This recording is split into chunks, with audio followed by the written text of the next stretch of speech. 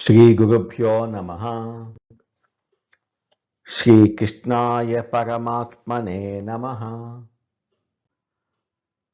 భగవద్గీత తెలుసుకుందాం అనే యూట్యూబ్ ఛానల్కు మిమ్మల్ని అందరినీ స్వాగతిస్తున్నాను. ఆ శ్రీకృష్ణ పరమాత్మ ఆశీస్సులు మనందరిపై ఎల్లవేళలా ఉండాలని కోరుకుంటూ భగవద్గీత గుణత్రయ విభాగ యోగంలో ఈరోజు మనం 14-15 శ్లోకాలను తెలుసుకుందాం. ఇంతకుముందు శ్లోకాలలో సత్వగుణము, రజోగుణము, తమోగుణము లక్షణాలను వివరించిన స్వామి ఈ 2 శ్లోకాల్లో మరణ సమయంలో మనిషి మనసులో ఏ గుణం ఆధిపత్యం వహిస్తుందో దాన్ని బట్టి అతని తర్వాతి జన్మ అంటే గమ్యస్థానం డిసైడ్ అవుతుంది అని అంటున్నారు. 14వ శ్లోకం. యదా సత్వే ప్రవృద్ధేతు ప్రళయం యాతి దేహభృత్ తదోత్తమవిదాం లోకాన్ అమలాన్ ప్రతిపద్యతే. యదా సత్వే ప్రవృద్ధేతు ప్రళయం యాతి దేహభృత్. ఒక మనిషి తన దేహాన్ని వదిలేసే అంటే మరణించే సమయానికి అతనిలో సత్వగుణం వృద్ధి చెంది ఉంటే తదా ఉత్తమ విదాం లోకాన్ అమలాన్ ప్రతిపద్యతే. ఉత్తమ కర్మలను ఆచరించువారు వెళ్ళినటువంటి నిర్మలమైన స్వర్గాది దివ్యలోకములను పొందును. మనం బతికినంత కాలం ఎన్ని పనులు చేసినా అంతిమ ఘడియల్లో మనసు దేని మీద లగ్నమై ఉంటుందో అదే మన తర్వాతి జన్మకి ఫౌండేషన్ అంటున్నారు శ్రీకృష్ణ పరమాత్మ. సత్వగుణము గమ్యము స్వర్గలోకాలు, ఊర్ధ్వలోకాలు. జీవితాంతం మంచి పనులు చేస్తూ మరణ సమయంలో దేవుని నామాన్ని స్మరిస్తూ ప్రశాంతంగా దేహాన్ని వదిలేసిన వ్యక్తికి ఊర్ధ్వలోకాలు, మహర్లోకాలు, తపోలోకం, సత్యలోకం లాంటి పైలోకాలు ప్రాప్తిస్తాయి. అక్కడ వారు ఎంతో కాలం దివ్యమైన ఆనందాన్ని అనుభవించి ఆ పుణ్యం అయిపోగానే తిరిగి భూమి మీద పవిత్రమైన జ్ఞానవంతులైన కుటుంబాల్లో జన్మిస్తారు. యదా సత్వే ప్రవృద్ధేతు ప్రళయం యాతి దేహభృత్ తదోత్తమవిదాం లోకాన్ అమలాన్ ప్రతిపద్యతే. ఒక మనిషి తన దేహాన్ని వదిలేసే అంటే మరణించే సమయానికి అతనిలో సత్వగుణం వృద్ధి చెంది ఉంటే, ఆధిపత్యం వహిస్తుంటే అతను పరమ పవిత్రమైన గొప్ప జ్ఞానులు నివసించే అత్యున్నతమైన లోకాలను, స్వర్గలోకాలను, పుణ్యలోకాలను చేరుకుంటాడు. 15వ శ్లోకం. రజసి ప్రళయం గత్వా కర్మ సంగిషు జాయతే తథా ప్రలీనస్తమసి మూఢయోనిషు జాయతే. రజసి ప్రళయం గత్వా.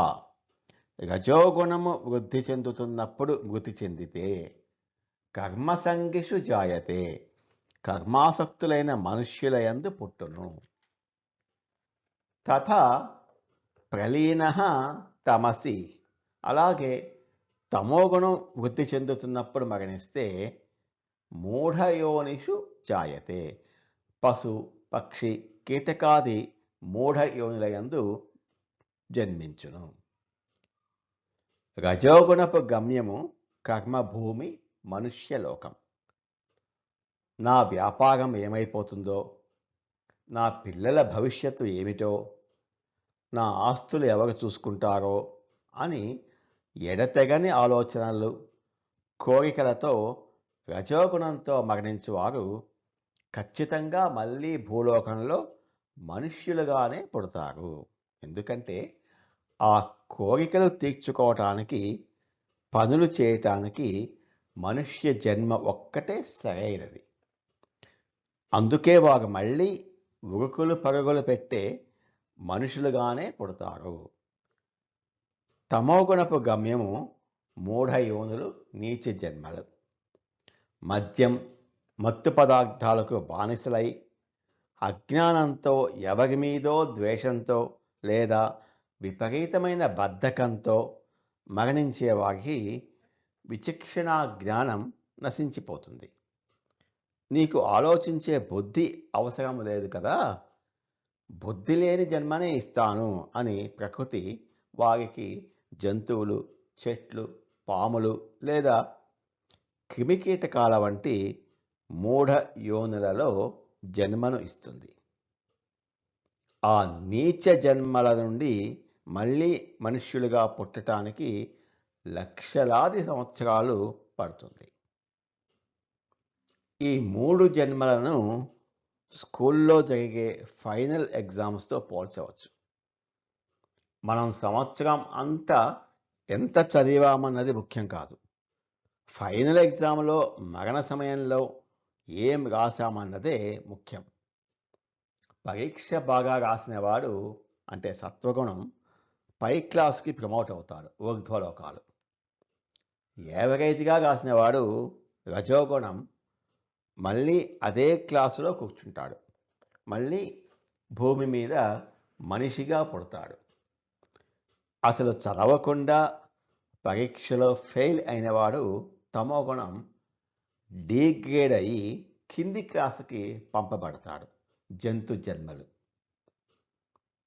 ఈ క్షణంలో మనసు ఎలా ఉంటే మన భవిష్యత్తు అలా ఉంటుంది. మరణ సమయంలో దేవుడు గుర్తుకు రావాలంటే ఆ రోజు అకస్మాత్తుగా గుర్తుకు రాడు. జీవితాంతం సత్వగుణాన్ని, మంచిని, భక్తిని ప్రాక్టీస్ చేస్తేనే అంతిమ ఘడియల్లో ఆ ప్రశాంతత సిద్ధిస్తుంది.